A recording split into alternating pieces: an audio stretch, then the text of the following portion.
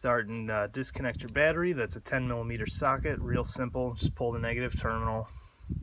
And on these, the cable's kind of tight, so I usually tuck something under there to make sure it doesn't kind of come back and rub the terminal while I'm working.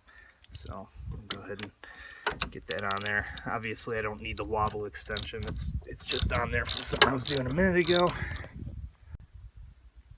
So here's what I mean. I just took this out of my garage, this little 2-cycle oil jug, and tuck that under there just to make sure this doesn't slip back and bring charge to the system while we're in there working. Alright, so the starter's located right there, right under your downpipe, which is actually better than a lot of cars.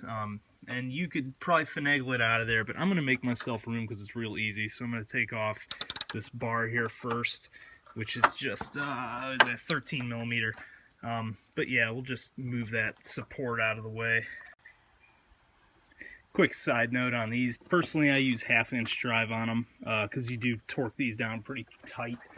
I don't do it to spec. If you want to, go for it. Taken these off tons of times to do various things. But anyways, yeah, I do torque them down with a 1/2-inch. Alright, to unclip the mass airflow sensor, because I'm going to move this out of the way. If you want to try to reach around it, that's fine. Basically, I just did it here, but take a screwdriver or something, pop the middle of that little gray tab and pull that out. Squeeze and unclip your connector, move that out of the way. If you didn't undo your battery, have fun. So after you undo the MAF, just get that hose clamp there, you know, obviously nut driver. I just grabbed a flathead screwdriver and undid it. This is also a really good time to clean your mass airflow sensor. But that's, you know, that's not what we're covering here. Next, locate the positive terminal there, and it's a 13mm socket again. I have my deep walls out here. It's probably easier without a deep wall, but whatever, I got it on there. Pull this boot off, and when we pull these off, you're going to want to take a wire brush to those and maybe some contact cleaner, at least some brake cleaner, and clean them up if they're kind of corroded like mine. But go ahead and crack that loose. We'll get that off of there. So we pulled that off, and like I said, those terminals are a little green. We're going to take a wire brush to them. I'm not going to show that. Just get contact cleaner and a wire brush, or even just a wire brush by itself. Some dielectric grease on there afterwards if you want, but either way, I'm not going to show that. Next, we have another one of those clips that I was talking about. So it's going to be a little tricky, but you're basically going to have to reach down under there. I'm going to come up under the downpipe like that, and you're just going to have to find that tab in there. I'll have to set the camera down here, but find that tab, poke it, and it's the same thing you did on the mass airflow sensor. You just can't see it.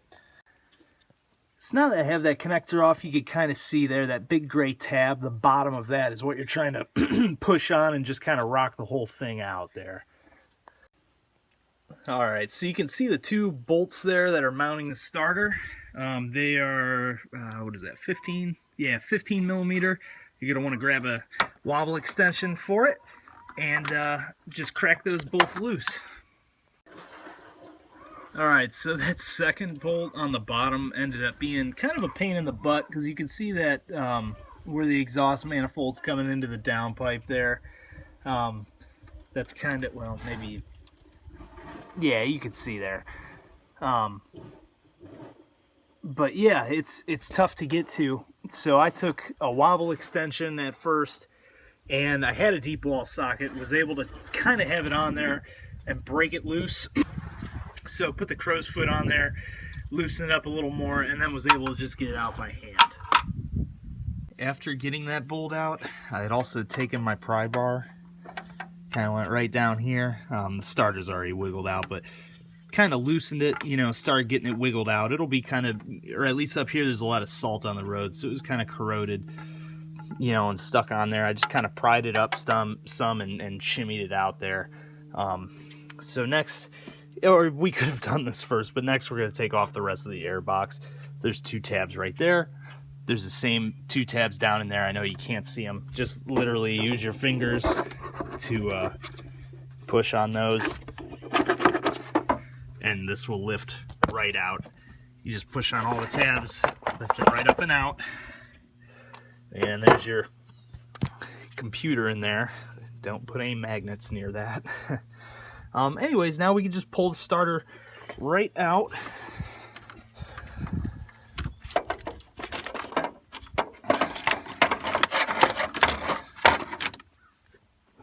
See, it's got those where you'd think there might be other screws. There's like those two metal dowels, so that's why you got to kind of rock it out and can't just, you know, slide it out or anything. But let's go ahead and get our new one and get it on. So never a bad idea to line up your parts really quick, make sure everything looks the same, make sure you got the same bolt patterns, no matter what the part is, because aftermarket stuff, you never know if you got the wrong thing. Make sure these connectors look the same, which in our case everything's looking good, so I'm going to go ahead and put it in. For the installation, it's the reverse. You can see there where your bolt holes are and then where those two holes for the dowels are. So you're going to want to try to put the starter in there and feel the dowels go into those guide holes and then kind of push it in from there and tighten it down. So, alright, so we slid the new starter down in there. There's what I was talking about, with line up those holes with the dowel holes there. And just like how you took it out, kind of rock it back into place to get those dowels seated, okay? And remember, I already did it, but take a wire brush and clean up your terminals. Now, even better yet than the crow's foot, if you have a set of these bendable sockets, those are great too. You can get that bottom bolt with this a lot easier than the crow's foot, actually. So go ahead and tighten those back up real tight. So yeah, this is definitely the better way to go, because as you can see, you're able to get that down in there very easily over that exhaust manifold and tighten it up. So, alright, now that we got the starter in, let's put our wiring back exactly how you had found it. So,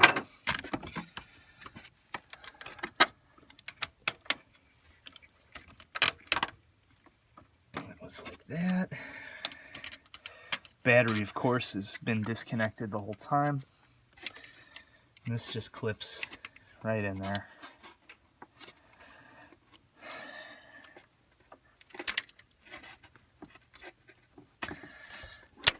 There we go.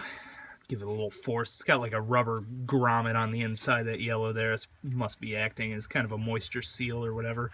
I don't think I mentioned it. This is the control wire, by the way. Obviously, this is your power terminal.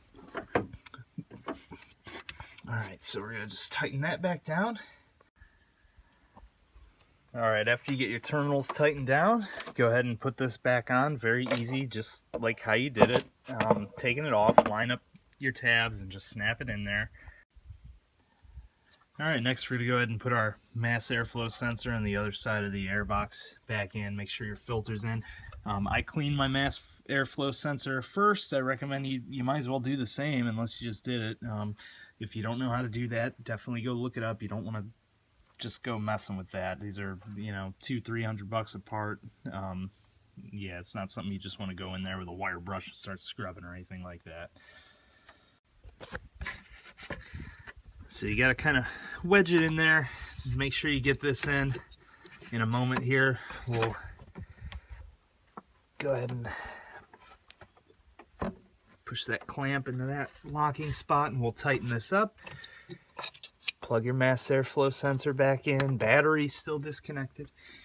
We have our clip, the retaining clip for the mass airflow sensor. Okay, there we go. That's in there. Tighten up this really quick. I'm going to do it off camera in a second. No need for you to see that. Tighten that up good. Latch this back up. Make sure the tabs are going into the bottom there, and we'll give it a start. Oh, well, obviously torque this back down. We'll do that in a second too. Use 1/2-inch drive on this, as I said. Torque it down nice and hard. Remember to go ahead and hook your battery back up when everything else is done, obviously. If you need to clean your terminals, if they're looking really corroded, definitely clean those up. But I'm going to go ahead and hook the battery up here and tighten down the 10mm nut that tightens it to the terminal, and we'll give it a start up. All right, let's test it out.